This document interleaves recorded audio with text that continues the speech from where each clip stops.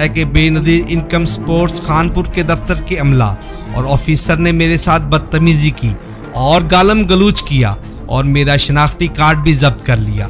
बाकी सुने जाहिदा की जुबानी।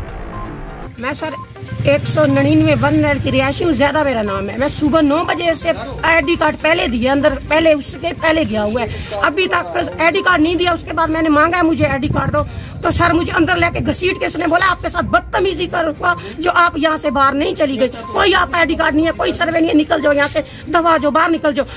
फेंक के मुझे बाहर निकाला, मैं फिर अंदर चली गई, उसके साथ बदतमीजी फिर बाहर निकाला, मुझे गंदी गंदी गाली निकाली। तब तक मेरा अभी तक रोजा है, मैं मर रही थी, उसने पूरी मुझे फिर भी गाली निकाली है। सर क्यों ऐसे हो रहा है? बेनज़ीर दफ्तर बंद कर दे।